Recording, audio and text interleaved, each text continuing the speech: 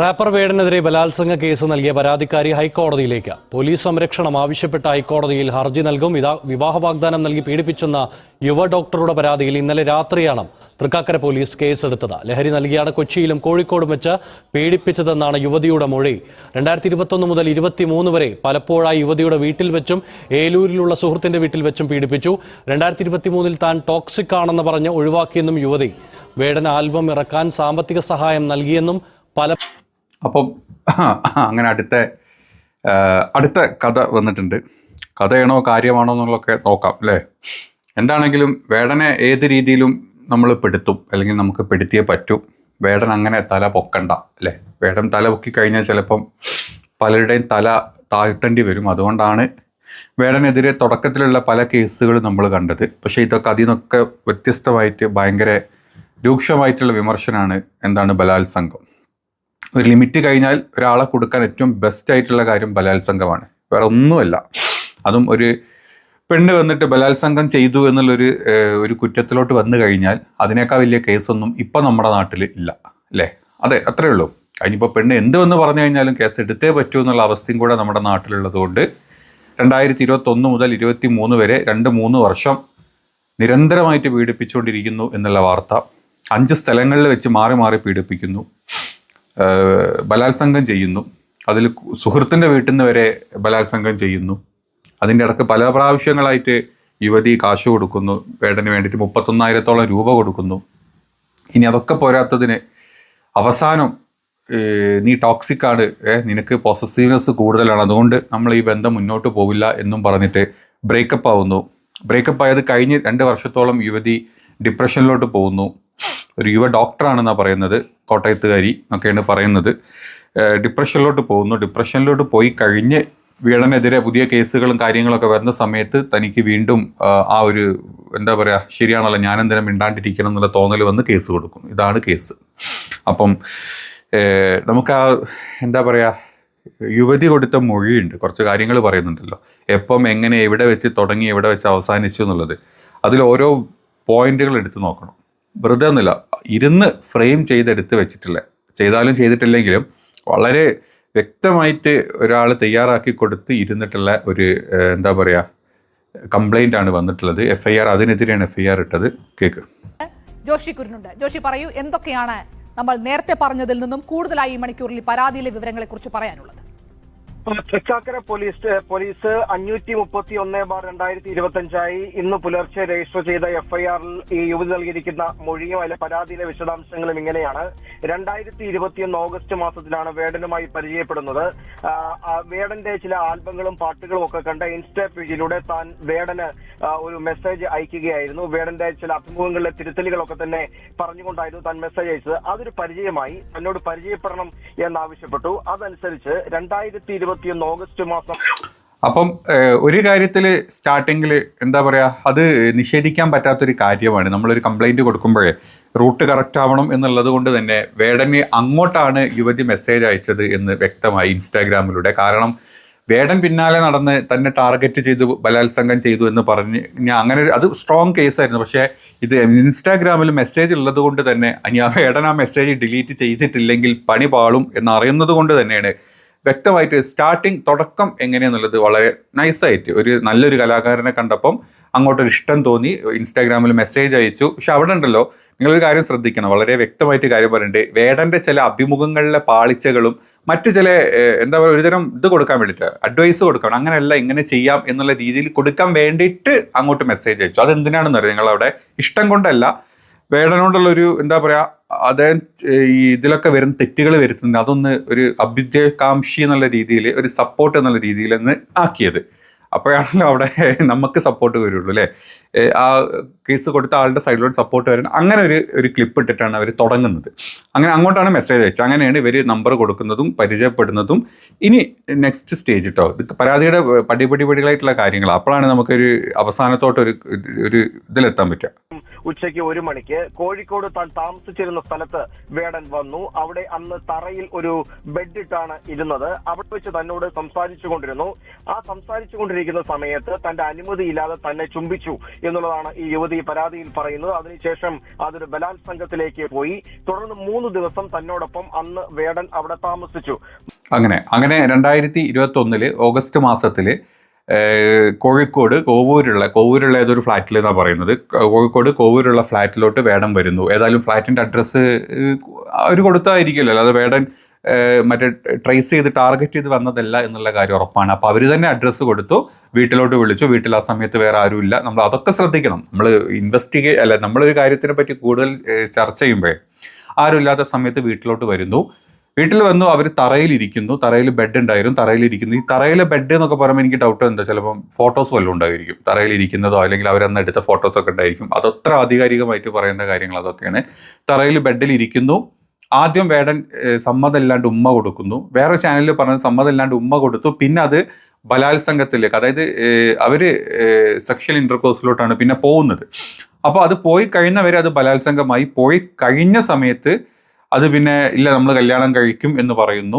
അപ്പം ഈ തുടക്കത്തിൽ ബലാത്സംഗം എന്ന് പറഞ്ഞിട്ടില്ലെങ്കിൽ, അതായത് മ്യൂച്വൽ കൺസേൺ ആയിരുന്നു ഞങ്ങളുടെ സ്റ്റാർട്ടിങ് എന്ന് പറഞ്ഞ് കഴിഞ്ഞാൽ ഇത് കോടതിയിൽ നിലനിൽക്കില്ല ഒരു രീതിയിലും. നിങ്ങൾ തമ്മിൽ ഇഷ്ടപ്പെട്ട് നിങ്ങൾ അങ്ങോട്ടും ഇങ്ങോട്ടും സെക്ഷൽ ഇന്റർകോഴ്സ് ചെയ്തു, 2-3 വർഷം നിങ്ങൾ പ്രേമിച്ച് നടന്നു, അത് കഴിഞ്ഞ് നിങ്ങൾ ബ്രേക്കപ്പ് ആയതിന് കോടതി ചെന്ന് കഴിഞ്ഞാൽ അത് കേസ് നിലനിൽക്കില്ല. അതുകൊണ്ടാണ് തുടക്കത്തിൽ ബലാത്സംഗം ചെയ്തു എന്നിട്ടാണ് പ്രേരണത്തിലോട്ട് മാറുന്നത് എന്നുള്ള ഒരു മൊഴി അവിടെ എഴുതി ചേർക്കപ്പെടുന്നത് എന്നാണ് എൻ്റെ അണ്ടർസ്റ്റാൻഡ്, ഞാൻ മനസ്സിലാക്കുന്നത്.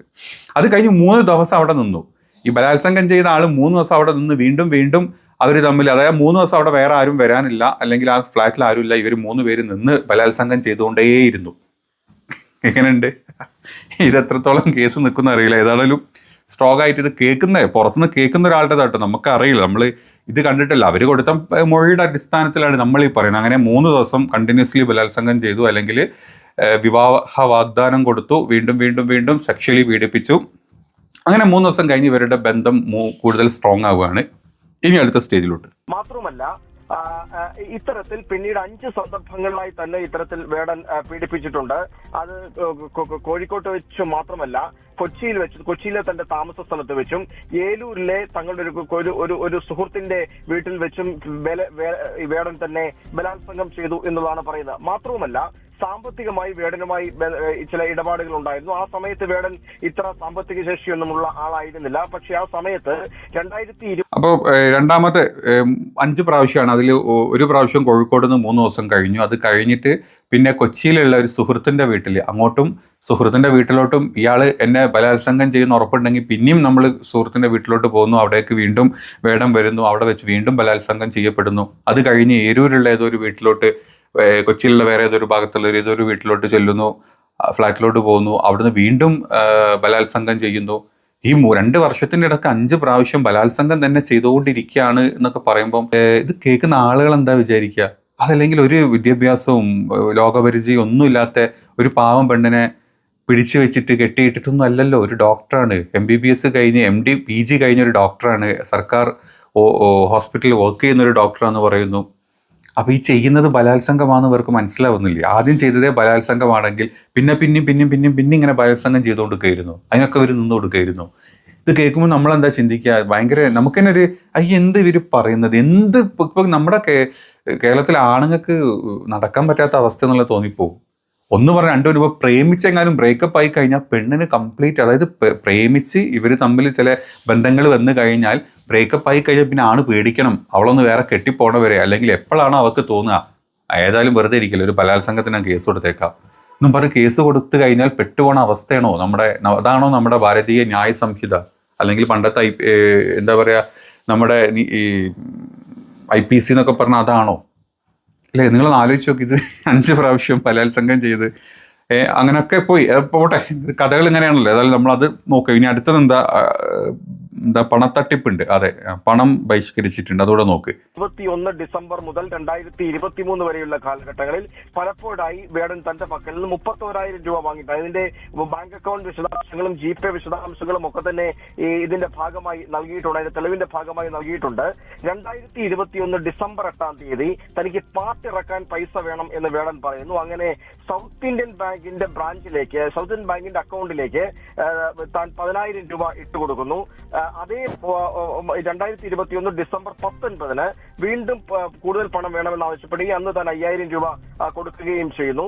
ഇങ്ങനെയാണ് ആ കണക്കുകൾ പോകുന്നത്. മാത്രമല്ല 2021-23 കാലഘട്ടത്തിൽ ഏതാണ്ട് 16,000-ഓളം രൂപയാണ് താൻ ഇങ്ങനെ നൽകിയത്. മാത്രവുമല്ല അങ്ങനെ മൊത്തം 31,000 രൂപ നൽകിയിട്ടുണ്ട്. മാത്രമല്ല 8,356 രൂപയ്ക്ക് താൻ വേടന് പലപ്പോഴായി ട്രെയിൻ ടിക്കറ്റ് എടുത്തു കൊടുത്തിട്ടുണ്ട് എന്നുള്ളതിന്റെ വിശദാംശങ്ങൾ കൂടി ഇതിന്റെ ഭാഗമായിട്ട് നൽകിയിട്ടുണ്ട്.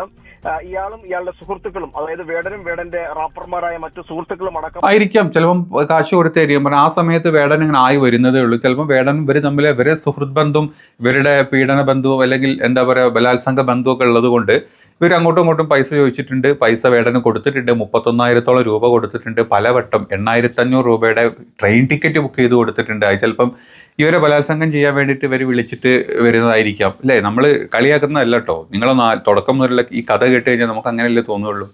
പല പല സമയത്ത് പല പല സ്ഥലങ്ങളിൽ വെച്ച് ബലാത്സംഗം ചെയ്യുന്നു, വീണ്ടും വീണ്ടും പൈസ കൊടുക്കുന്നു, വീണ്ടും വീണ്ടും ട്രെയിൻ ടിക്കറ്റ് എടുത്ത് കൊടുക്കുന്നു, അവർ വീണ്ടും വീണ്ടും വരുന്നു, വീണ്ടും വീണ്ടും ബലാത്സംഗം ചെയ്യാൻ വേണ്ടിയിട്ടാണോ ട്രെയിൻ ടിക്കറ്റ് എടുത്ത് കൊടുത്തത്? ആൾക്കാർ ചിന്തിക്കൂലേ? അല്ലേ? ഇനിയിപ്പോൾ എൻ്റെ തെറ്റാണെങ്കിൽ ഞാൻ മാത്രമാണ് അങ്ങനെ ചിന്തിക്കുന്നതെങ്കിൽ സോറി കേട്ടോ. നിങ്ങൾ കാണുന്നവർക്ക് അങ്ങനെ ചിന്ത അല്ലെങ്കിൽ പോട്ടെ, സാരമില്ല, അത് പോട്ടെ. അങ്ങനെ ഇങ്ങനെ മുന്നോട്ട് പോയിക്കൊണ്ടിരിക്കുന്നു. അങ്ങനെ 2023 ഒരു ദിവസം എത്തുന്നു, ഇവരുടെ ബ്രേക്കപ്പ് ഡേ എത്തുന്നു. അപ്പോൾ എന്താ നടന്നതെന്നും കൂടെ കേൾക്ക്. തന്റെ ഫ്ളാറ്റിൽ വന്ന് താമസിച്ചിട്ടുണ്ട്. 2022 മെയ് 30-നാണ് വളരെ പ്രധാനപ്പെട്ട ഒരു സംഭവത്തെ കുറിച്ച് യുവതി പറയുന്നത്. അതായത് അന്ന് കൊച്ചിയിൽ ഒരു പ്രോഗ്രാം ഉണ്ടായിരുന്നു. അതിനുശേഷം ഈ വേടൻ ഒരു മയക്കുമരുന്ന് ഉപയോഗിച്ചു എന്ന രീതിയിലാണ് തന്റെ അടുത്ത് വന്നത്. അന്ന് തന്നെ വളരെ ക്രൂരമായി ബലാത്സംഗം ചെയ്തു. അതെന്തിനാ വെച്ചിട്ട് അവിടെ മയക്കുമരുന്ന് കേസ് ഇനിയും സ്ട്രോങ് ആക്കാൻ വേണ്ടിയിട്ടാണ്. അതായത് അവസാനം തൻ്റെ അടുത്ത് നിന്ന് പോകുന്ന സമയത്ത് അല്ലെങ്കിൽ അവസാനത്തെ ബലാത്സംഗം കഴിഞ്ഞ് പോകുന്ന സമയത്ത് മയക്കുമരുന്ന് ഉപയോഗിച്ചിട്ടാണ് അവൻ ഇറങ്ങിപ്പോയെന്ന് കേസ് സ്ട്രോങ് ആക്കാൻ വേണ്ടിയിട്ടാണ് പല പോയിന്റുകളും. ഈ ബലാത്സംഗം, തുടക്കത്തിലെ ബലാത്സംഗം, ഈ പണം കൊടുത്തു എന്നുള്ള ഡീറ്റെയിൽസ്, പിന്നെ എന്താ പറയുക ഈ മയക്കുമരുന്ന് ഉപയോഗിച്ചിട്ടാണ് അവസാനം തൻ്റെ അടുത്തോട്ട് വന്നത് എന്നുള്ള ഡീറ്റെയിൽസ്, ഇതൊക്കെ കേസ് സ്ട്രോങ് ആക്കാൻ വേണ്ടിയിട്ടാണ്, എന്താ പറയുക FIR സ്ട്രോങ് ആക്കാൻ വേണ്ടിയിട്ടാണ് ചെയ്യുന്നത് കേട്ടോ. എനിക്ക് ശാരീരികമായ വളരെ ബുദ്ധിമുട്ടുകൾ ഉണ്ടായി. മാത്രമല്ല ഇത്തരത്തിൽ അതിനുശേഷം വളരെ മോശമായ പെരുമാറ്റമാണ് ഈ വേടന്റെ ഭാഗത്തു നിന്ന് ഉണ്ടായത്.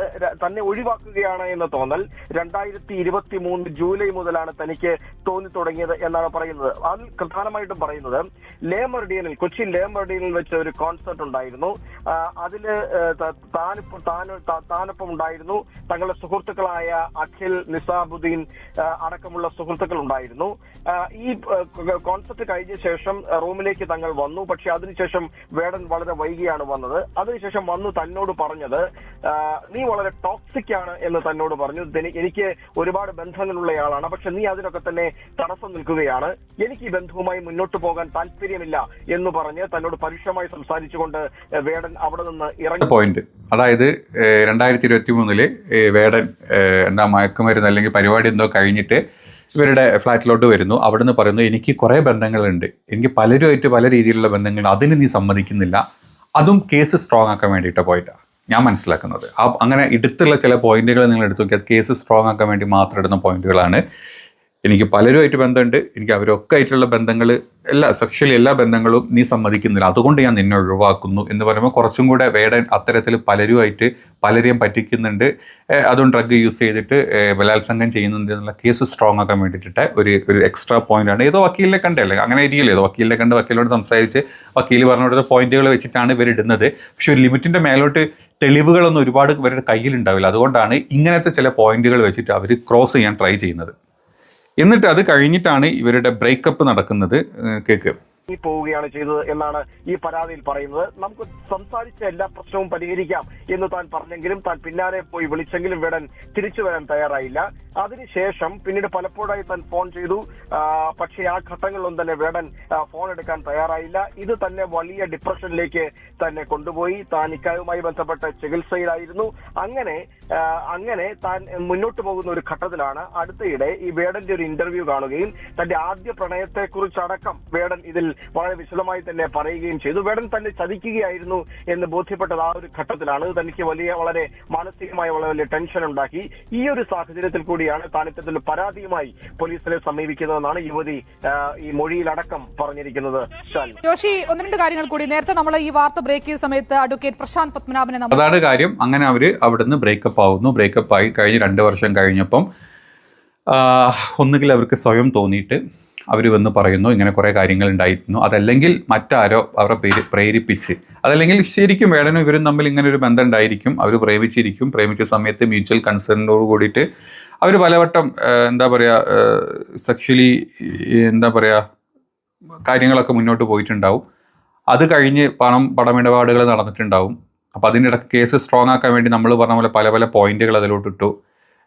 അത് കഴിഞ്ഞ് അവർ 2 വർഷം കഴിഞ്ഞിട്ട് വീണ്ടും കേസുമായിട്ട് മുന്നോട്ട് വന്നു. ഇങ്ങനെയാണ് സംഭവം. അപ്പം ഈ നമ്മൾ റിയൽ ലൈഫും എന്ന് പറഞ്ഞ പോലെ തന്നെയാണ് നമ്മൾ വേടൻ അങ്ങനെ ഒരു സ്റ്റേജിൽ കാണുന്നതും വേടൻ്റെ യഥാർത്ഥത്തിലുള്ള പരിപാടികൾ നമുക്കറിയില്ല.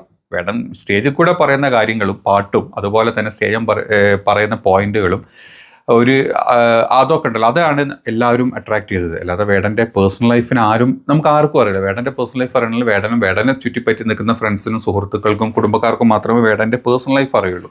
അപ്പോൾ നമ്മൾ പേഴ്സണൽ ലൈഫ് അറിയാണ്ട് നമ്മൾ വേടൻ അങ്ങനെ വേണ്ട കാര്യമില്ല. പക്ഷേ ഈ കഥ എന്ന് കേൾക്കുമ്പോൾ നമ്മളിപ്പം നമ്മുടെ നാട്ടിൽ ഏറ്റവും കൂടുതൽ കേൾക്കുന്ന ഒരു പരിപാടി ഇത്. ഈ പ്രേമിച്ച് അവരങ്ങ് പോവും, കുറച്ച് കഴിയുമ്പോൾ തോന്നൽ വരും, ഒരു പീഡന കേസിലോട്ട് വരും, പിന്നെ അത് കോടതിയിലെത്തും. കോടതിയിലെത്തി കഴിഞ്ഞാൽ ഈ പറഞ്ഞ പോലെ 2 പേരും കൂടെ ഒരുമിച്ച് നടന്നിട്ടുള്ള കാര്യത്തിന് കോടതി അങ്ങ് തള്ളിപ്പോവും. ഇതാണ് സ്ഥിരം കാണാറ്. അതല്ലാതെ ബലാത്സംഗം ചെയ്ത് ഫസ്റ്റ് ബലാത്സംഗം ചെയ്ത് നേരിട്ട് പോയി കേസ് കൊടുക്കുകയാണെങ്കിൽ കേസ് സ്ട്രോങ് ആയി ആൾ വിട്ടു. അതല്ലാതെ വരുന്ന ഇങ്ങനത്തെ ഇത്തരത്തിലുള്ള ഒരു 3 വർഷം കൂടെ 2 പേരും കൂടെ പോയി നടന്ന് കാര്യങ്ങളൊക്കെ ചെയ്ത് തിരിച്ചു വന്ന് കഴിഞ്ഞിട്ട് വീണ്ടും കേസ് കൊടുക്കുക, അതും 2 വർഷം കഴിഞ്ഞിട്ട് കേസ് കൊടുക്കുക എന്നൊക്കെ പറയുമ്പോൾ അതിൻ്റെ ഒക്കെ ആധികാരികത എത്രത്തോളം ഉണ്ട് എന്നുള്ളതാണ് പുറത്തുനിന്ന് നമ്മളൊരാൾ ചിന്തിക്കുന്നത് കേട്ടോ.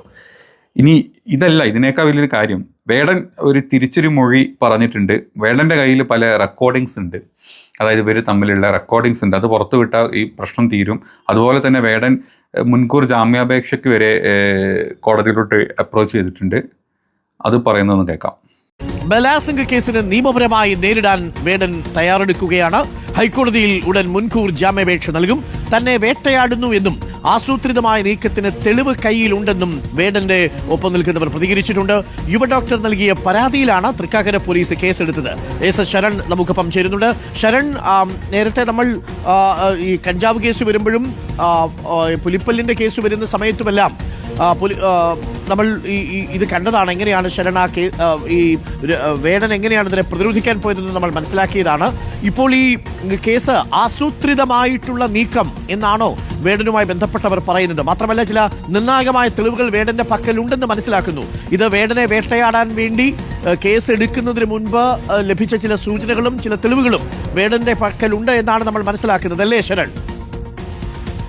അരുൺകുമാർ, ഈ കേസ് സംബന്ധിച്ച് കൃത്യമായ മുന്നറിയിപ്പ് അല്ലെങ്കിൽ സൂചന തനിക്ക് നേരത്തെ തന്നെ ലഭിച്ചിരുന്നു എന്നുള്ളതാണ് ഇപ്പോൾ വേടൻ പറയുന്നത്. അങ്ങനെ ആസൂത്രിതമായിട്ടുള്ള നീക്കമാണ് ഇതിന് പിന്നിൽ നടന്നതെന്നുള്ള കൂടിയാണ് ഇപ്പോൾ വേടൻ ആരോപിക്കുന്നത്. ആസൂത്രണ നീക്കത്തിന്റെ തെളിവുകൾ തന്റെ പക്കലുണ്ട്. അത് ഉടൻ തന്നെ, അതായത് ഒരു ഓഡിയോ ക്ലിപ്പ് തന്നെ ഉണ്ട്, അത് വൈകാതെ തന്നെ നമുക്ക് ഷെയർ ചെയ്യാമെന്നുള്ള കാര്യവും വേടൻ പറഞ്ഞിട്ടുണ്ട്. എന്തായാലും ഇത് കേസിനെ ഇപ്പോൾ അതാണ്. അപ്പോൾ വേടന് ഇത് അറിയാമായിരുന്നു. അങ്ങനെ കുറച്ചായിട്ട് തന്നെ വേടൻ എല്ലാ രീതിയിലും പല രീതിയിൽ പല ആളുകൾ ടാർഗറ്റ് ചെയ്യുന്നുണ്ട്. പിന്നെ വേടൻ്റെ പേഴ്സണൽ ലൈഫിൽ ഈ പറഞ്ഞ പോലെ പ്രേമങ്ങളും ബ്രേക്കപ്പും കാര്യങ്ങളൊക്കെ ഉണ്ടാവും. അപ്പോൾ വേടനെ അറിയാം ഏതെങ്കിലുമൊക്കെ ത്രൂ പണി വരും എന്നുള്ളത്. അതുകൊണ്ടൊക്കെ തന്നെ ആയിരിക്കും ഈ ഓഡിയോ ക്ലിപ്പ് കയ്യിലുണ്ട് എന്ന് പറയുന്നത്. എന്താണോ അത് ഓഡിയോ ക്ലിപ്പിലുള്ളതെന്ന് പുറത്ത് വരികയായിരിക്കും. ഏതായാലും എനിക്ക് തോന്നുന്നില്ല ഇതൊരു കേസ് ഇപ്പം മാധ്യമങ്ങളിലും ഇതിലൊക്കെ നമ്മൾ ഭയങ്കരമായിട്ട് കണ്ടെങ്കിലും ഇത് കോടതിയിലെത്തുമ്പം ഈ പറഞ്ഞ കഥകളൊക്കെ വെച്ചിട്ട് എത്രത്തോളം സ്ട്രോങ് ആവുന്നുള്ളതും അതും വേടൻ്റെ കയ്യിലുള്ള ആ ഒരു തെളിവ് എന്ന് പറയുന്നത് എത്രത്തോളം ഇതിനെ ഡിഫെൻഡ് ചെയ്യാൻ പറ്റുന്ന തെളിവാണെന്നുള്ളതും അറിയില്ല. അത് കണ്ടു രണ്ടും പുറത്ത് വന്നാൽ തന്നെ ഈ കേസ് ഒന്നും ആണോ അല്ലേ എന്നൊക്കെ പറയാൻ പറ്റുള്ളൂ. കാരണം ഇപ്പം അടുത്ത് നമുക്കറിയാം വേടൻ്റെ പാട്ട് കാലിക്കറ്റ് യൂണിവേഴ്സിറ്റീൻ്റെ എന്താ പറയുക ഹിസ്റ്ററിയിലല്ലേ, ഹിസ്റ്ററിയുടെ ഇതിൽ ഒരു കമ്പാരിസൺ സ്റ്റഡിക്കൊക്കെ വിട്ടിട്ടുണ്ട് മൈക്കിൾ ജാക്സൻ്റെ ഒരു പാട്ടുമൊക്കെ ആയിട്ട്. അപ്പോൾ അത് BJP സിൻഡിക്കേറ്റ് അംഗങ്ങളും അല്ലെങ്കിൽ BJPയുടെ പല ആളുകളും അതിനെ എതിർത്തെങ്കിലും ഇപ്പോഴും ഇല്ല, അത് നമുക്ക് ആഡ് ചെയ്യാം എന്നുള്ള രീതിയിൽ തന്നെ നിൽക്കുന്നത്. പിന്നെ എന്തുകൊണ്ടാണ് നമ്മുടെ നാട്ടിലെ BJP സംഘപരിവാർ കൂട്ടങ്ങൾക്ക് ഇത്ര ദേഷ്യം വന്നത്? അതായത് ഉള്ള സത്യം, ഗുജറാത്തിൽ നടന്ന കുറേ കാര്യങ്ങളും അതുപോലെ തന്നെ നമ്മുടെ രാജ്യം ഭരിക്കുന്ന നമ്മുടെ രാജാവിനെ പറ്റിയും ഒക്കെ സംസാരിച്ചത് കൊണ്ടാണ് ഈ പറഞ്ഞ സംഖ്യകളെല്ലാം കൂടെ തന്നെ പിന്നാലെ കൂടിയതും. അതല്ലെങ്കിൽ അവർക്ക് വേടൻ ആരാന്നൊന്നും അവർക്കറിയില്ല. അവർക്ക് ഈ പറഞ്ഞ ആദർശം ഈ പാട്ടും കാര്യമൊന്നും വലിയ പിടുത്തമില്ലാത്തതുകൊണ്ട് അവർ ഇതിൻ്റെ പിന്നാലെ ഒന്നും പോയിട്ടുണ്ടായിരുന്നില്ല. ഇതൊക്കെ കേട്ടപ്പം ആകെ ഹാലിളകിയിട്ടാണ് അവരും ഇതിൻ്റെ പിന്നാലെ പോയത്. അതുകൊണ്ട് വേടനെതിരെ ആസൂത്രിതമായിട്ട് തന്നെ ഒരു സംഘടിത ശക്തി തന്നെ വന്നിട്ട് വേടനെതിരെ പ്രവർത്തിക്കുന്നുണ്ട് എന്നുള്ളത് വേടനും അറിയാം. പിന്നെ വേടൻ പണ്ട് ജീവിച്ചത് എങ്ങനെ, പണ്ട് എല്ലാവർക്കും ഉണ്ടാവും ജീവിതത്തിൽ പല പല കാര്യങ്ങൾ. അതൊന്നും അല്ല അവർ സ്റ്റേജിൽ കാണിക്കുന്നത് അല്ലെങ്കിൽ ക്യാമറയുടെ മുമ്പിൽ കാണിക്കുന്നു എന്നുള്ളതും നമുക്കും എനിക്കും നിങ്ങൾക്കും എല്ലാവർക്കും ഉണ്ട് അങ്ങനത്തെ പല കാര്യങ്ങൾ. അപ്പം ഇപ്പം എന്താണെങ്കിലും ഈ കേസ് മുന്നോട്ട് പോകുന്നുള്ള ഉറപ്പാണ്. പക്ഷേ മുൻകൂർ ജാമ്യം കിട്ടുമോ അല്ലെങ്കിൽ വേടൻ സബ്മിറ്റ് ചെയ്യാൻ പോകുന്ന തിരിച്ചുള്ള തെളിവുകൾ എന്താണെന്ന് നോക്കേണ്ടി വരും. കാരണം FIR ഓൾറെഡി രജിസ്റ്റർ ചെയ്തതാണ്. അപ്പം എന്താണെങ്കിലും കേസ് മുന്നോട്ട് പോയേ പറ്റൂ. പിന്നെ ബാക്കി കേസിൻ്റെ ആധികാരികത ഇപ്പം ഇന്ന് വൈകിട്ടും നാളെയൊക്കെ ആയിട്ട് നമുക്ക് അറിയാൻ പറ്റും, ബാക്ക് ടു ബാക്ക് ആയിട്ട്. അപ്പം നമുക്ക് അതിനെ പറ്റിയുള്ള അപ്ഡേഷൻസ് ചെയ്യാം വീഡിയോ.